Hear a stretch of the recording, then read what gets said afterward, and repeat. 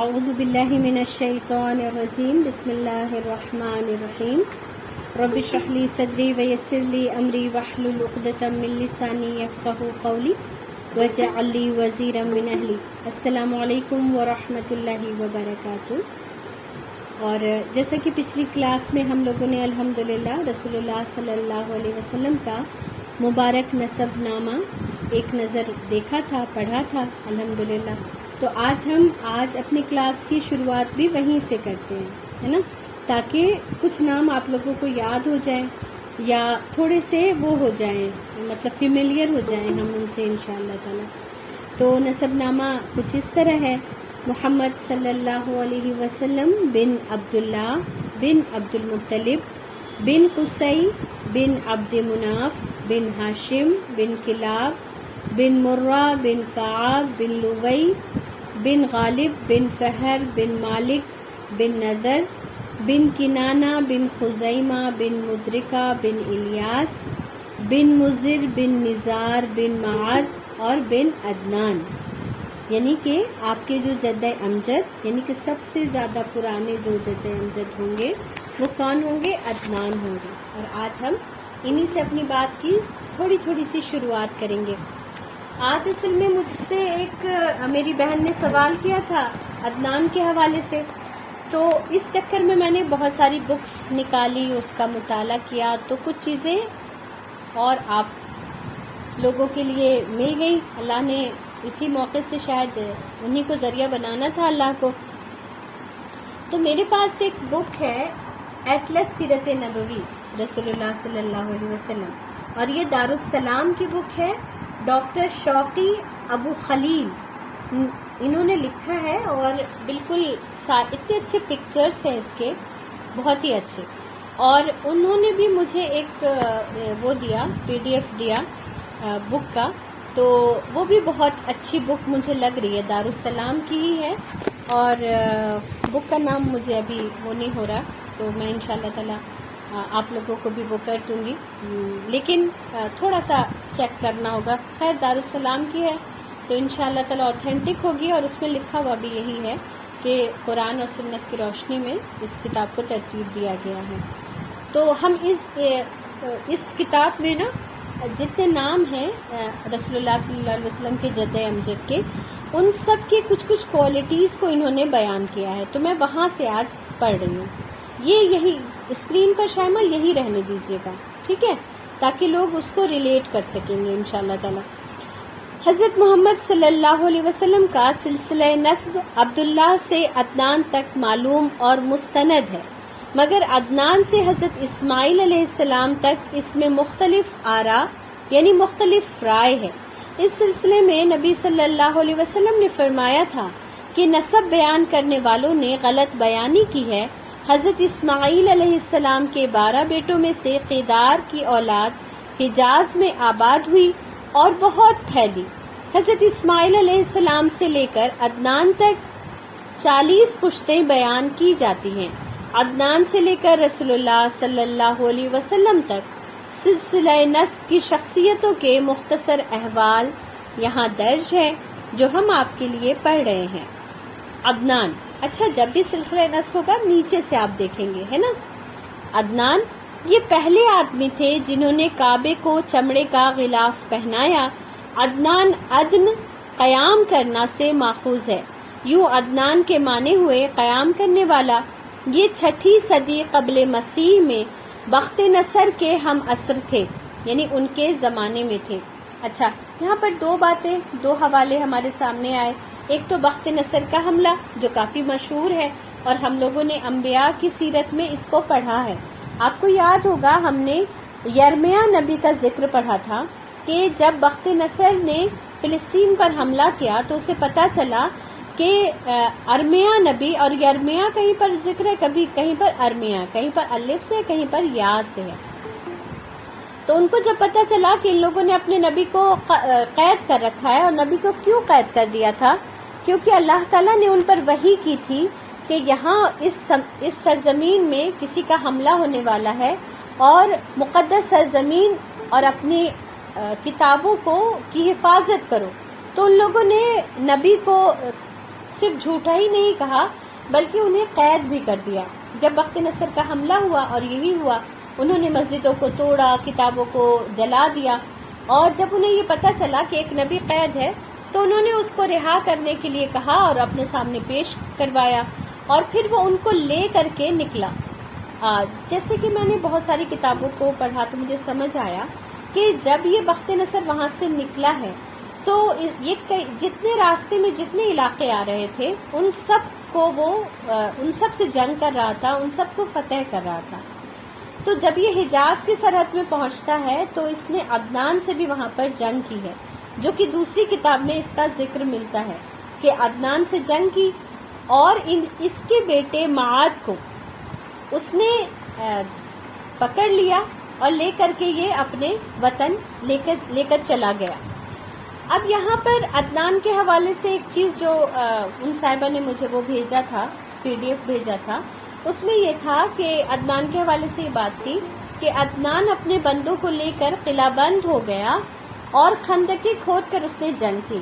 یہ دونوں باتیں ہمارے علم کے مطابق کانٹرڈکٹ کرتی ہیں کہ مکے میں قلعہ کبھی بھی نہیں تھا، ہے نا، اور خندقیں کھود کر تو مدینے میں جنگ ہوئی ہے، جو حضرت سلمان فارسی رضی اللہ عنہ نے اس کے بارے میں مشورہ دیا تھا اور خندق کھودی گئی، ہے نا۔ تو یہ والا جو پورشن ہے یہ ہمیں ابھی نہیں سمجھ آ رہا ہے کہ یہ کہاں سے یہ بات کی جا رہی ہے۔ میرا علم اتنا نہیں ہے کہ میں کسی پر تنقید کروں، میں انشاءاللہ تعالیٰ اس پر اور تفصیل پڑھوں گی، معلوم کروں گی، لیکن میرے ابھی تک کا جتنا مطالعہ ہے اس کے حساب سے مکے میں کبھی کوئی قلعہ نہیں تھا اور خندق کھود کر مکے والوں کو جنگ کرنا نہیں آتا تھا، تبھی تو حضرت سلمان فارسی نے یہ مشورہ دیا۔ خیر، بہرحال اتنے کو چھوڑ دیتے ہیں۔ اب یہاں پر ایک بات سمجھ آتی ہے کہ عدنان ہی وہ پہلا شخص تھا جس نے خانہ کعبہ پر غلاف چڑھایا۔ تو یہاں پر بھی مجھے ایک چیز یاد آتی ہے کہ میں نے پڑھا ہے، اور لیکن وہ بک مجھے نہیں مل رہی ہے۔ اگر آپ میں سے کسی کو یاد ہو کہ ہم نے کہاں پر پڑھا تھا تو آپ لوگ انشاءاللہ تعالیٰ مجھے بعد میں بھی بتا سکتے ہیں، اور جب ہمارا یہ سیشن وہ ہو جائے گا، ریکارڈنگ بند ہو جائے گی، تو آپ مجھے بتا سکتے ہیں انشاءاللہ تعالیٰ کہ غالباً بخت نصر یا کوئی اور بادشاہ وہ ان سے جنگ کر رہا تھا اور جنگ جیت نہیں پا رہا تھا، تب اس نے خواب میں دیکھا کہ یہ اللہ کا گھر ہے اور یہاں کے لوگوں پر قبضہ نہیں کیا جا سکتا ہے، اور پھر اسے خواب میں ہی یہ بات سمجھائی گئی کہ تم اس خانہ کعبہ پر غلاف چڑھا دو۔ تو پھر اس نے یہ کیا کہ وہ صبح اٹھا اور اس نے پھر خانہ کعبہ کا طواف کیا اور اس کے اوپر غلاف تیار کروا کے غلاف چڑھایا اور وہ اپنے ملک روانہ ہو گیا۔ تو لیکن یہاں پر جو ذکر ہے وہ کیا ہے کہ عدنان یہ پہلے آدمی تھے جنہوں نے خانہ کعبہ کو چمڑے کا غلاف پہنایا۔ اب یہاں پر ہمیں ایک بات اور رک کر سمجھنی ہے کہ ہمارے لیے یہ باتیں عقیدے کا حصہ نہیں ہیں۔ آپ لوگ پلیز اپنے مائک میوٹ رکھا کریں نا، مائک پر دھیان دیا کریں۔ ہمارے لیے یہ عقیدے کا حصہ نہیں ہے۔ اگر کوئی بات ہمیں سمجھ میں آ جاتی ہے، ہمارے سامنے آ جاتی ہے تو بہت اچھی بات ہے، ہم اس کو لے لیں گے، اور اگر کوئی بات کانٹرڈکٹ کر رہی ہے، نہیں سمجھ میں آ رہی ہے تو بھی کوئی حرج نہیں ہے۔ اس سے ہمارے عمل میں کوئی فرق نہیں پڑتا، ہے نا۔ جسٹ یہ ایک تاریخ ہے، ایک انفارمیشن ہے، اور جب انسان کسی بھی علم کو حاصل کرتا ہے تو اس کا شوق بڑھ جاتا ہے کہ اس کے ڈیپتھ میں جائے، ہے نا، اس کے بارے میں معلوم کرے۔ تو بس اسی نظریے کے تحت میں نے بھی ان چیزوں کو کھنگالا، اور جتنا مجھے پتہ چل پایا وہ میں نے آپ لوگوں کے سامنے رکھ دیا۔ اب آپ لوگ بھی اگر اس کے بارے میں کچھ جانتے ہیں تو مجھے ضرور بتائیے گا، ٹھیک ہے۔ اب ہے معاد، اس کے نام کے معنی طاقتور کے ہیں۔ بخت نصر کے دور میں ان کی عمر 12 سال تھی۔ بخت نصر نے جب عرب پر حملہ کیا تو اس نے معاد کو قتل کرنا چاہا، مگر اس کے لشکر میں شامل ایک نبی کے کہنے پر کہ اس کی اولاد میں نبوت ہوگی، بخت نصر نے انہیں چھوڑ دیا، ہے نا۔ اب دیکھیں یہ بات کانٹرڈکٹ نہیں کر رہی ہے، یہ بات ہمیں وہ ہو جا رہی ہے نا، مل جا رہی ہے کیا کہ یرمیہ نبی بخت نصر کے فوج میں تھے، وہ ان کو رہا کر کے اپنے ساتھ لے جا رہا تھا، اور معاد کو بھی اس نے گرفتار کر لیا تھا اور وہ اس کو اپنے ساتھ لے گیا۔ کسی مقام پر جا کر اس نے معاد کو قتل کرنا چاہا، کیونکہ ظاہر ہے قیدی وہ اپنے ساتھ کتنے لوگوں کو لے جائے گا۔ تو کچھ لوگوں کو تو قتل کر دے گا. تو جب قتل کرنا چاہا تو نبی، اس کی فوج میں موجود ایک نبی نے یہ کہا، یعنی کہ آئی تھنک وہ یرمیا یا ارمیا نبی ہوں گے، انہوں نے کہا کہ اس کی نسل میں نبوت ہوگی. اب آپ سوچیں کہ نبیوں کو اللہ تعالیٰ نے اپنی اذن سے، اپنی حکمت سے کتنی معلومات، کتنا علم دے رکھا تھا کہ وہ اتنے 100 سال پہلے ایک انسان کے رنگ روپ سے یہ سمجھ پا رہے تھے کہ اس کے خاندان میں نبی ہوگا. اور یہ ابھی کہاں ہے؟ 21ویں پشت ہے، حضرت 21ویں پشت ہے رسول اللہ صلی اللہ علیہ وسلم سے عدنان کے درمیان، تو یہ 20ویں پشت ہے نا. تو بہرحال ان کو قتل نہیں کیا گیا. اس کے بعد ہے نزار. نزار کے معنی ہم سب جانتے ہیں کہ ڈرانے والا ہوتا ہے، خبردار کرنے والا ہوتا ہے. ان کی پیدائش کے وقت معاد نے ان کی آنکھوں میں نبوت کی روشنی دیکھی، اس لیے انہیں یہ نام دیا ہے نا. اب معاد کو تو یہ بات پتہ چل چکی تھی کہ میری نسل میں کسی کو نبی بننا ہے، کوئی ایسی اہم شخصیت میری نسل میں پیدا ہونا ہے. تو اب جب اس کا بیٹا نزار پیدا ہوا تو اس کو یہ سمجھ آیا کہ یہی وہ بچہ ہو سکتا ہے جس کی نسل میں نبی پیدا ہوگا، یا یہی نبی ہو. وہ نہیں جانتا تھا اس بات کو. اس کے بعد ہے آپ کا مضر. جو بھی انہیں دیکھتا تھا ان کی خوبصورتی سے متاثر ہو جاتا تھا. ان کی سفید رنگت، پلیز مائک میوٹ کر لیں، آپ لوگوں کو کتنا اچھا لگتا ہے ڈسٹرب کرنا. یہ نام پڑ گیا جو کہ مغیرہ سے ماخوذ ہے، اور مغیرہ کے معنی ہے سفید دودھ کے. ٹھیک ہے. اس کے بعد ہے الیاس. ان کے معنی شجاع ہے. جب یہ جوان ہوئے تو انہوں نے بنو اسماعیل کو دوبارہ اسماعیل علیہ السلام کے طریقے پر کاربند کیا. اہل عرب ان کی حکمت اور دانائی کی تعریف کیا کرتے تھے. مدرکہ بلا ذریعہ شاقبی کے بقول ان کا اصل نام امر تھا. مدرکہ کے معنی ہے پالنے والا. ایک سفر میں انہوں نے جنگلی خرگوش سے ڈر کر بھاگے ہوئے گمشدہ اونٹ پا لیے تھے، اس لیے ان کا نام مدرکہ پڑ گیا. خزیمہ، جس کے معنی ہے کھجور کی طرح کا درخت جس کے پتے سے ٹوکریاں بنتی تھی. خزیمہ اعلیٰ اخلاق والے تھے اور ملت ابراہیمی پر فوت ہوئے. کنانہ، اب دیکھیں سب کے اندر کوالٹی تھی، اور کوالٹی بھی کیسی تھی. یہ نہیں کہ بیان کر رہے ہیں تاریخ نگار کہ ان کے پاس اتنے سونے تھے، اتنی زمین جائیدادیں تھیں، اور اتنے اعلیٰ وہ اسٹیٹس تھے ان کے. بات کیا ہو رہی ہے؟ اخلاق کی، دین کی، کردار کی، ہے نا. کنانہ، اس کے معنی ہے ترکش، اور کنانہ ترکش کی طرح اپنی قوم کے لیے پردہ اور مامن تھے. یہ بہت معزز اور علم و فضل والے تھے، جس کی وجہ سے اہل عرب ان سے رجوع کرتے تھے. ان سے خواب میں پوچھا گیا کہ جاہ و حشمت، تعمیرات اور مال و متاع میں سے کون سی چیز چاہتے ہو؟ انہوں نے کہا تمام چیزیں اے رب. یوں یہ تمام اوصاف قریش کو ودیعت ہوئے، ہے نا. تو اس سے ہمیں یہ بھی پتہ چلتا ہے کہ انسان کو جو چیزیں چاہیے وہ اللہ سے مانگ لینی چاہیے. اللہ کے سامنے اس طرح سے عاجزی نہیں دکھانی چاہیے کہ میں تو اتنی قناعت پسند ہوں کہ تھوڑے سے میں، جیسے کہ بہت ساری لڑکیاں ہوتی ہیں نا، جب ان کی شادی ہونے والی ہوتی ہے تو وہ کہتی ہیں، شادی ہو جاتی ہے تو اپنے شوہر سے کہتی ہیں میں آپ کے ساتھ 2 روٹی کھا کے بھی خوش رہوں گی، بس آپ مجھ سے محبت کریے گا. اور بعد میں اپنی ہی بات کے خلاف ہو جاتی ہیں، ہے نا. میں آپ کے ساتھ جھونپڑی میں بھی خوش رہوں گی، اور وہ ایسا نہیں کرتی ہیں، ہے نا. انہیں پھر بہت اچھا گھر چاہیے ہوتا ہے. تو ہمیں ان سے یہ بھی سبق حاصل ہوتا ہے کہ ہمیں جو چاہیے وہ ہمیں اللہ رب العالمین سے مانگ لینا چاہیے. اللہ تعالیٰ تو ہر چیز پر قادر ہے، بس ہمیں ساری چیزیں ہدایت کے ساتھ مانگنی چاہیے، ہے نا. پھر ہے نظر. ان کے چہرے کی نظرت یعنی تر و تازگی اور خوبصورتی کے باعث ان کا یہ نام پڑا. ایک قول کے مطابق انہی کا لقب قریش تھا. مالک ان کی کنیت ابو حارث اور ان کی والدہ عاتقہ تھی. ان کا مشہور قول ہے اکثر ایسا ہوتا کہ خوبصورت چہرے اپنے عیبوں کو چھپا لیتے ہیں، جب ان کے عیب ظاہر ہو جائیں تو پھر ان کی صورت پر نہ جاؤ، ہے نا. یہ خود اتنے خوبصورت تھے لیکن بات کیا کرتے تھے کہ اکثر ایسا ہوتا ہے کہ خوبصورت چہرے اپنے عیبوں کو چھپا لیتے ہیں، ہے نا. وہ جانتے تھے اس بات کو کہ اصل خوبصورتی کس بات میں ہوتی ہے۔ فہر مانے ہیں ہتھیلی کے برابر پتھر، ان کی کنیت ابو غالب تھی۔ ایک قول کے مطابق فہر ہی کا لقب قریش تھا، تو یہ مطلب کہ وہ ہے آراء میں اختلاف ہے کہ نظر کا وہ تھا قریش یا کہ فہر کا لقب تھا قریش۔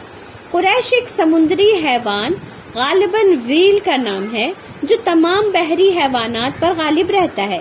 یوں قوت و طاقت کے وصف کی بنا پر ان کا نام قریش یعنی کہ طاقتور پڑ گیا۔ بعض کہتے ہیں کہ ان کی ماں نے ان کا نام قریش رکھا تھا جبکہ فہر ان کا لقب تھا، ہے نا، اسی کو اپوزٹ کر لیں۔ اس کے بعد ہیں غالب، ان کے دوسرے بیٹے تیم کی نسبت سے ان کی کنیت ابو تیم تھی۔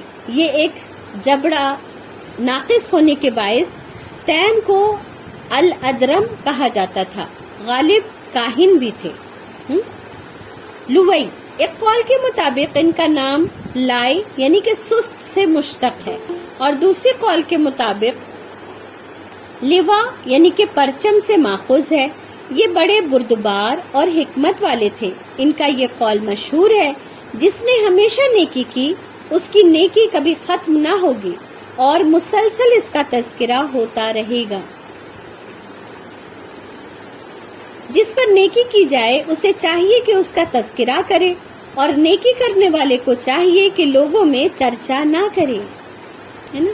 اور یہ بالکل حدیث کا مفہوم ہے نا، کہ جس پر احسان کیا جائے اسے چاہیے کہ وہ اپنے محسن کا ذکر کرے، اور جو احسان کرے اسے چاہیے کہ اس کا ذکر وہ کسی کے سامنے نہ کرے، ہے نا۔ کعب لفظ کعب کے معنی ہے ٹخنا، اور قدم پر ٹخنے کی اونچائی کے باعث یہ شرف اور عزت کے معنی بھی دیتا ہے۔ کعب کی شرف و عزت عرب میں اس قدر زیادہ تھی کہ ان کی وفات سے برسوں کا تعین کیا جاتا تھا، اور یہ سلسلہ عام الفیل تک جاری رہا۔ ایک قول کے مطابق کعب ہی نے یوم عروبہ کا نام بدل کر یوم جمعہ رکھا۔ ان کی کنیت ابو الحسیس تھی۔ ان کا زمانہ نبی کریم صلی اللہ علیہ وسلم سے 560 سال پہلے تھا۔ انہوں نے خطبے میں سب سے پہلے اما بعد کا استعمال کیا تھا، ہے نا۔ دیکھیں آج بھی ہم جو کہتے ہیں نا اما بعد رہا اس کے بعد، تو اس کی بھی شروعات کب ہوئی ہے؟ رسول اکرم صلی اللہ علیہ وسلم کے نبی بننے سے پہلے کعب نے کیا۔ ان کے بیٹے عدی حضرت عمر فاروق کے جد امجد ہیں۔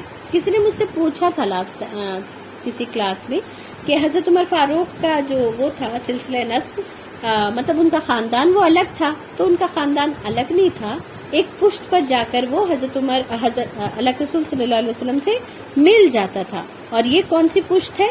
یہ انہی کی پشت ہے نا، کعب کی ہے۔ مرہ ان کے نام ایک معنی قوی ہیں، اور تلخ مزاج شخص کو بھی مرہ کہتے ہیں۔ ان کی کنیت ابو یقظہ تھی۔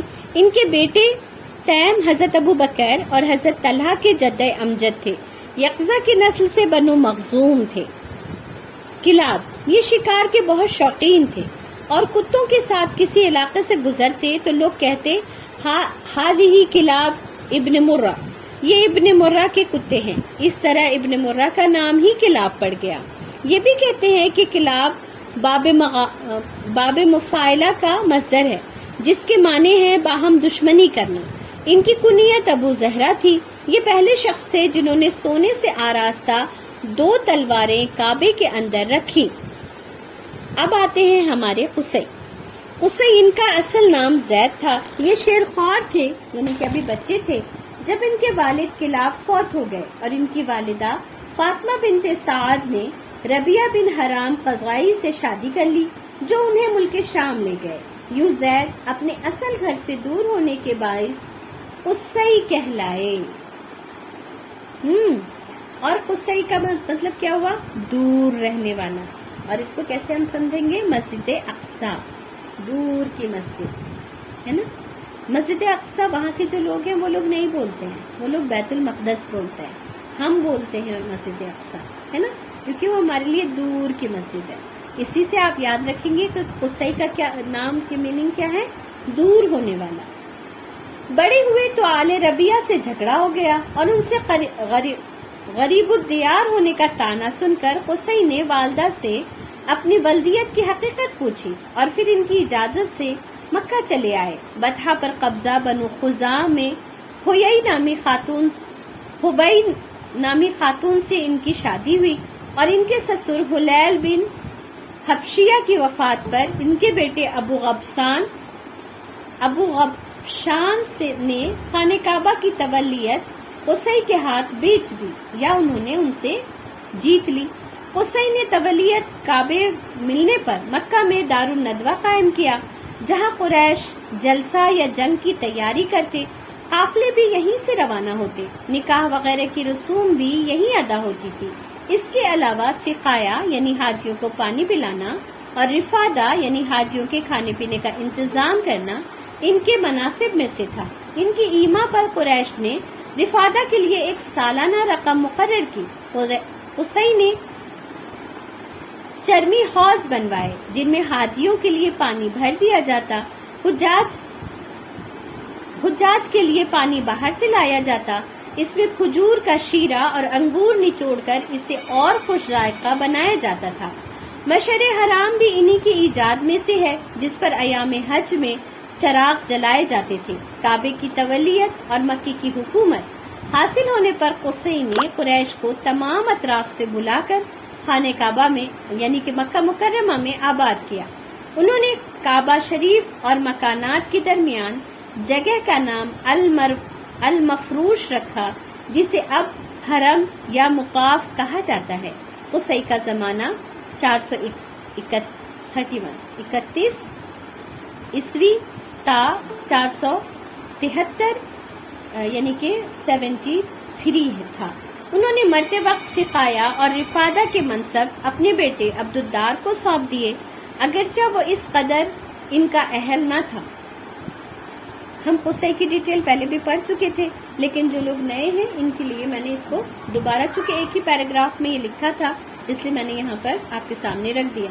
اب یہاں پر یہ سمجھنا ہے کہ قصی نے تمام مکے والوں کو، تمام قریش کے لوگوں کو جو ادھر ادھر پھیل گئے تھے ان کو لا کر مکے میں جمع کیا، اپنے خاندان کے لوگوں کو وہاں لا کر آباد کیا، وہاں دار الندوہ قائم کیا اور اپنی حکمت اور اپنی عقل مندی سے انہوں نے خانہ کعبہ کی تولیت بھی اپنے ہاتھوں میں لے لی۔ دار الندوہ دراصل اس وقت کی پارلیمنٹ تھی اور پارلیمنٹی جو نظام آج ہم دیکھتے ہیں ہر ملک میں، اس کے جو ایجاد کرنے والے ہیں، موجد ہیں، وہ میرے اور آپ کے آبا و اجداد قصی ہیں، ہے نا۔ اب ہم آگے بڑھتے ہیں۔ عبد مناف قصی کے بعد قریش کی ریاست عبد مناف نے حاصل کی۔ ان کا اصل نام مغیرہ اور لقب عبد منات تھا۔ بعد میں قصی نے عبد منات بن کنانہ سے مشابہت کے باعث ان کا لقب بدل کر عبد مناف کر دیا۔ مناف کے معنی ہے شرف کا مقام، اور مناف دور جاہلیت کا ایک بت بھی تھا، اس نسبت سے وہ عبد مناف کہلائے۔ ان کی کنیت ابو شمس تھی۔ انہوں نے قصی کی بنا کردہ عمارات مکمل کی، عمارات یعنی پوزیشنز۔ عبد مناف کے بھائی عبد العزہ کے بیٹے اسد تھے جن کی پوتی خدیجہ بنت خولید سے نبی اکرم صلی اللہ علیہ وسلم کی شادی ہوئی، یعنی یہ کہ یہ عبد مناف پہ ان کا شجرہ جا کر حضرت خدیجہ رضی اللہ تعالی عنہ کا بھی رسول اکرم صلی اللہ علیہ وسلم سے مل جاتا ہے، ٹھیک ہے۔ ہاشم عبد مناف کے بیٹوں میں نہایت صاحب سولت اور بااثر تھے۔ انہوں نے اپنے بھائیوں کی مدد سے سقایا اور رفادہ کے مناصب عبدالدار سے واپس لیے۔ قصی نے دراصل کیا کیا تھا کہ جب پوزیشن کے بٹوارے کا وقت آیا تو قصی نے ساری پوزیشن عبدالدار کو دے دی، ہے نا۔ انسان کتنا بھی عقل مند ہو، کتنا بھی فہم اور فراست رکھنے والا ہو، لیکن اپنی اولاد کے معاملے میں نا انصاف کرنے میں، فیصلے کرنے میں بہت غلطی کرتا ہے، اور خاص طور سے جب وہ اللہ سے نہ مدد مانگ رہا ہو۔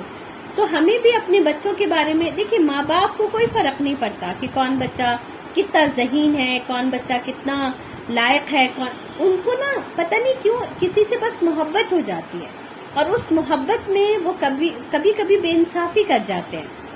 قصی کے ساتھ بھی یہی ہوا۔ عبدالدار اور عبد مناف ان کے جو بیٹے تھے اس میں انہوں نے بڑے بیٹے کو ہی سارے مناصب دے دیے، حالانکہ اس کے جو حقدار تھے اصل اس پوزیشن کے اب وہ عبد مناف تھے، لیکن ان کو نہیں ملی۔ پر جب عبد مناف کی نسل میں ہاشم پیدا ہوئے تو ہاشم نے کیا کیا، اپنے کزنز یعنی کہ اپنے چچا زادوں سے انہوں نے سقایا اور رفادہ کے مناصب واپس لے لیے۔ ہاشم کا نام عمرو الاولی اور ہاشم لقب تھا، کنیت ابو نزلہ تھی۔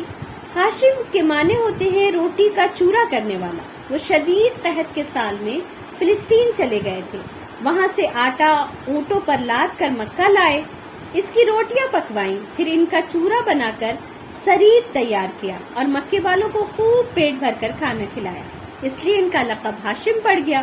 انہوں نے قیصر روم سے خط و کتابت کر کے فرمان جاری کروایا کہ قریش کے مال تجارت پر کوئی محصول نہ لیا جائے گا، لإیلاف قریش پڑھتے ہیں نا ہم، اس کو آج دوبارہ سے پڑھیے گا اور تب یہ پورا واقعہ سمجھ آئے گا۔ اللہ نے قریش کو جس انعام کی یاد دلائی ہے وہ وہی انعام ہے جو ہاشم نے حاصل کیا تھا۔ ہاشم نے جب یہ دیکھا کہ خانہ کعبہ ان کے پاس اس کی تولیت ہے، وہ خانہ کعبہ کے مجاور ہیں، وہ اس کو اون کرتے ہیں، تو انہوں نے کیا کیا، اس کی بنیاد پر اطراف کے جو چاروں طرف کے بادشاہ، سردار، ملک تھے، ان سب سے انہوں نے ایک لیٹر لیا کہ جس میں یہ درج تھا کہ ان کے یہاں سے جتنے قافلے جائیں گے وہ راستے میں کسی ڈاکو رہزن کے ذریعے لوٹے نہیں جائیں گے، کیونکہ اس وقت رہزنی کا، ڈکیتی کا بہت زور تھا اور یہی بہت سارے لوگوں کا ذریعہ معاش تھا۔ اس میں وہ لوگ جو تجارت کرتے تھے ان کے پورے قافلے لوٹ لیے جاتے تھے اور وہ بے سر و سامان ہو جاتے تھے۔ ہاشم نے یہ عقل لگایا کہ ہمارے خانہ کعبہ میں لوگ عمرہ اور حج کرنے آتے ہیں، خانہ کعبہ ان کے لیے محترم ہے، تو کیوں نہ اس کے ذریعے ہم اپنی تجارت کو پرامن بنائیں، اپنے راستوں کو پرامن بنائیں۔ اور انہوں نے پھر جو وہاں اس وقت کے لوگ تھے ان سے انہوں نے خط و کتابت کیا اور اپنی جو وہ تھی بزنس تھا اس کو انہوں نے سیکیور کیا۔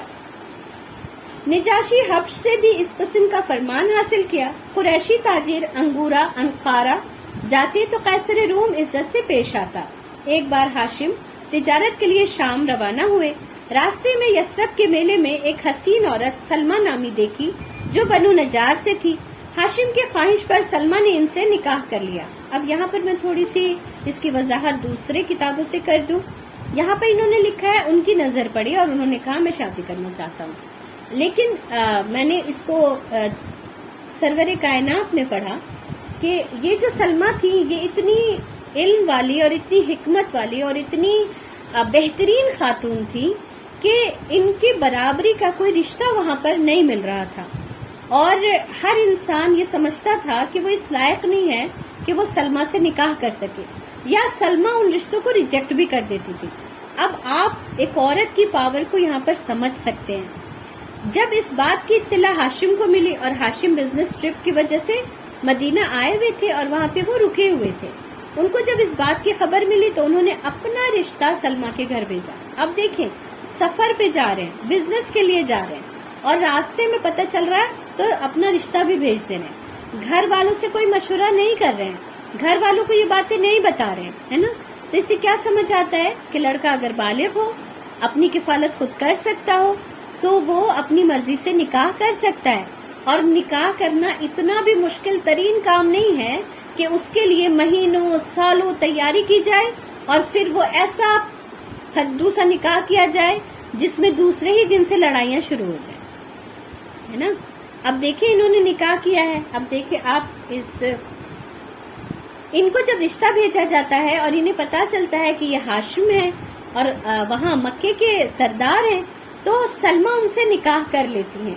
شادی کے بعد یہ جو ہاشم ہے یہ شام چلے جاتے ہیں، اور غزہ جو فلسطین ہے اب کا، وہ اس وقت شام کے ہی انڈر میں آتا تھا، یہ پورا ایریا شام ہی کہلاتا تھا۔ وہاں جا کے یعنی غزہ جا کے ان کا انتقال ہو جاتا ہے اور وہیں ان کو دفن کر دیا جاتا ہے۔ یعنی کہ شادی بھی اتنا بڑا مسئلہ نہیں تھا اور موت بھی اتنا بڑا مسئلہ نہیں تھا۔ بعد میں سلمہ سے ان کا بیٹا شیبہ پیدا ہوتا ہے، جس نے 8 برس یثرب میں پرورش پائی۔ ان کا نام شیبہ کیوں تھا؟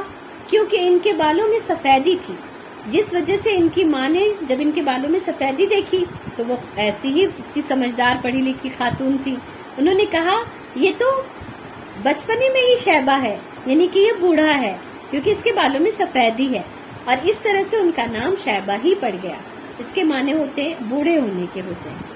اور پھر ہاشم کے کوئی بیٹا ہے، اس بات کی اطلاع ان کے خاندان میں کسی کو بھی نہیں تھی۔ اب میں انشاءاللہ تعالی الرحیق المختوم سے آگے کی بات کروں گی۔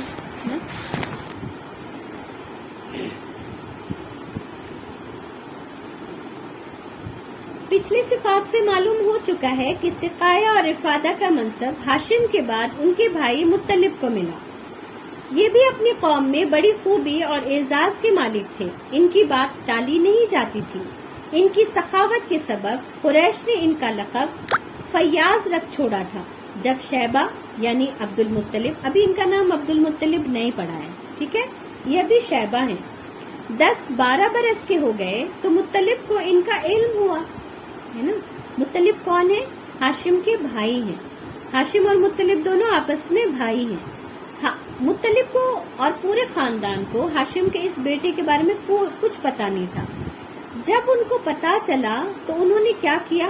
وہ انہیں لینے کے لیے روانہ ہو گئے۔ بتائیں، چچا ہے، بھتیجے کا پتا چلتا ہے تو بھتیجے کو لینے کے لیے مدینہ نکل پڑتے ہیں، حالانکہ وہ انہیں پتا ہے کہ ان کی جائیدادوں کا وارث ہوگا، ہے نا۔ یہ ہے سادات، اور ہمیں اس بات کو سمجھنا چاہیے، یہ ہے ان کی کوالٹیز۔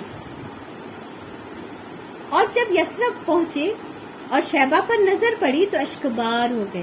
کہا جاتا ہے کہ وہ سب کھیل رہے تھے اپنے ہم عمر بچوں کے ساتھ، اور جب چچا نے بھتیجے کو دیکھا تو رونے لگے، انہیں سینے سے لگایا اور اپنی سواری پر پیچھے بٹھا کر مکے کے لیے روانہ ہو گئے۔ مگر شیبہ نے ماں کی اجازت کے بغیر ساتھ جانے سے انکار کر دیا، اس لیے مطلب ان کی ماں سے اجازت کے طالب ہوئے، مگر ماں نے اجازت نہ دی۔ آخر مطلب نے کہا یہ اپنے والد کی حکومت اور اللہ کے حرم کی طرف جا رہے ہیں۔ اس پر ماں نے اجازت دے دی، ہے نا۔ اب یہاں پہ رکتے ہیں تھوڑا۔ آپ دیکھیں سلمہ کی کل جائیداد، جینے کا سہارا کون تھے؟ مطلب، وہ شیبہ، ہے نا، وہی تو ایک بیٹا تھا ان کے لیے، پورا سرمایہ۔ لیکن جب انہیں اپنے بیٹے کی بہترین مستقبل سمجھ میں آ گئی تو انہوں نے دیر نہیں کیا، انہوں نے جانے دیا، چچا کے ساتھ جانے دیا۔ یہاں پر بس مجھے 2 باتیں کہنی ہیں۔ ہم عورتوں کو یہ سمجھنا چاہیے کہ بچوں کا کانفیڈنس، بچوں کا بہتر مستقبل ان کے ددیحال میں ہے، نہ کہ ننیحال میں۔ اس بات کو ہمیشہ سمجھے کہ اپنے بچوں کو ان کے ددیحال سے قریب رکھیں، ددیحال والوں کی برائیاں نہ کریں، ان کے دل میں ان کے خلاف کوئی نفرت نہ ڈالیں۔ اس سے میرے اور آپ کے بچے کے کانفیڈنس میں کمی آتی ہے، وہ کہیں پر بھی سر اٹھا کے کھڑا نہیں ہو پاتے۔ آپ کی لاکھ اپنے ساس اپنی نندوں سے مس انڈرسٹینڈنگ ہو، آپ کی نہ بنتی ہو، دیکھیں آپ سے نہیں بنے گی، کوئی بات نہیں، کیونکہ میں اور آپ الگ گھر سے آئے ہیں، پر وہ ان کا خون ہے، اس خون کے لیے وہ کبھی برا نہیں کریں گی۔ ہاں، لیکن اگر ہم بار بار ان کے ذریعے غلط چیزیں کرواتے ہیں تو پھر وہ ان کے خلاف ہو جاتی ہیں، ہے نا۔ تو اس بات کو بھی سمجھے، اور ساتھ ساتھ یہ بھی سمجھے کہ اگر ہم کسی کی پھوپھی ہیں، کسی کی چچی ہیں، تو یہ سمجھے کہ اللہ نے ہم پر ان بچوں کی تربیت کی ذمہ داری ڈالی ہے، ہم ان کے ددیحال والے ہیں۔ اپنی پوزیشن کو سمجھیں، ان بچوں کو قریب کریں، ان بچوں کی تربیت میں حصہ ڈالیں۔ ہم اپنی بہنوں کے بچوں کی تربیت میں تو حصہ ڈالتے ہیں، پر اپنی دیورانی جیٹھانی اور اپنی نندوں کے بچے کی تربیت میں حصہ نہیں ڈالتے، ہے نا۔ ہمیں حصہ ڈالنا ہے تاکہ اللہ کے حضور ہم وہاں پر بھی جا کر ان لوگوں کے ذریعے بھی ہمیں بہت سارا اجر ملے انشاءاللہ، ہے نا۔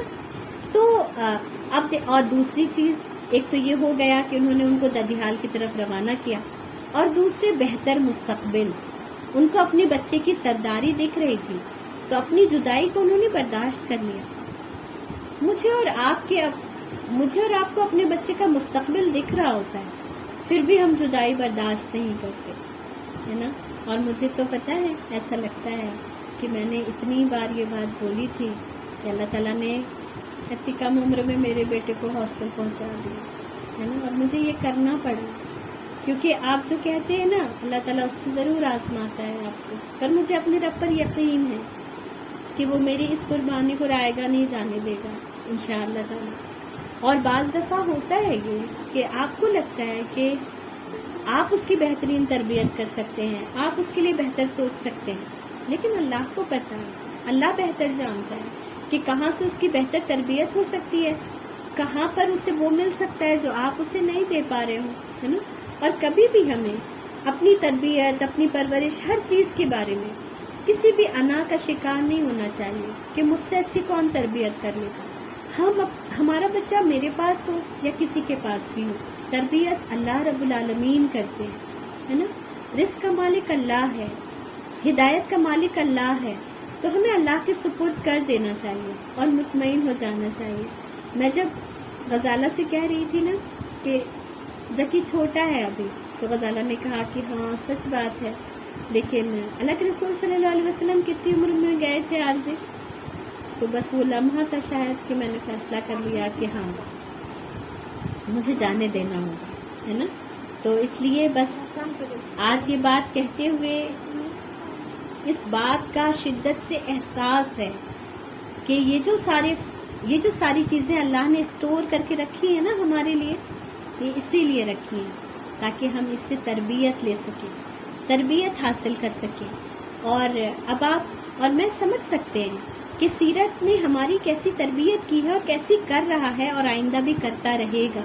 ہمارے لیے زندگی کے فیصلے کرنا اس لیے آسان ہو جائے گا کیونکہ ہم سیرت کے ان تمام گوشوں کو کھنگال رہے ہیں، پڑھ رہے ہیں اور حاصل کر رہے ہیں، ہے نا، انشاءاللہ تعالی۔ جی، تو جب اب ماں نے اجازت دے دی اور مطلب انہیں لے کر مکے کی طرف روانہ ہوئے، اس وقت چونکہ ماحول یہ تھا کہ لوگ غلام خرید کر لایا کرتے تھے، ہے نا، اور مطلب نے انہیں اپنے اونٹ پر بٹھا کر وہ مکے کی طرف لے جا رہے تھے۔ اور یہاں پر یہ ڈیٹیل نہیں ہے، لیکن یہ اس وقت کا یہ طریقہ تھا کہ جب کوئی قافلہ آ رہا ہوتا تھا یا کوئی فرد بھی اگر کوئی آ رہا ہوتا تھا تو ہرکارے کھڑے رہتے تھے اونچے ٹیلوں پر چڑھ کر، جو اس بات کی اطلاع دیتے تھے اندر والوں کو کہ فلاں قافلہ آ گیا ہے، تاکہ گھر والے تیاری شروع کر دیتے تھے، ہے نا۔ آپ یہ سمجھ لیں کہ یہ واٹس ایپ میسج تھا، ہے نا، کہ میں آ رہا ہوں، 5 منٹ میں پہنچ رہا ہوں۔ تو جب ہرکارے نے دیکھا کہ مطلب ایک چھوٹے سے بچے کے ساتھ، یعنی کہ 8 سے 10 سال کی عمر کے درمیان کی عمر تھی ان کی، کہ وہ آ رہے ہیں، تو ہرکارے نے آواز لگائی، مطلب اپنے عبد المطلب کے ساتھ مکے میں داخل ہو رہے ہیں، ہے نا۔ عبد المطلب یعنی مطلب کا غلام، اور ہم بھی اللہ کے کیا ہیں؟ غلام، ہے نا۔ تو غلام کون ہوتا تھا؟ جس کو خرید لیتا تھا مالک، اور اس کی پھر کوئی اپنی پسند اور چوائس نہیں رہتی تھی۔ اب جب عبد المطلب ان کو لے کر داخل ہوئے تو لوگوں نے کہا یہ عبد المطلب ہے، یعنی یہ کہ یہ ان کے غلام ہیں۔ حالانکہ مطلب نے کہا نہیں، یہ میرا بھتیجا ہے، یعنی میرے بھائی کا، یعنی ہاشم کا لڑکا ہے۔ پھر شیبہ نے مطلب کے پاس پرورش پائی اور جوان ہوئے۔ اس کے بعد مقام رومان میں مطلب کی وفات ہو گئی اور ان کے چھوڑے ہوئے مناصب عبد المطلب کو حاصل ہوئے۔ عبد المطلب نے اپنی قوم میں اس قدر شرف اور اعزاز حاصل کیا کہ ان کے آباء و اجداد میں بھی کوئی اس مقام کو نہ پہنچ سکا۔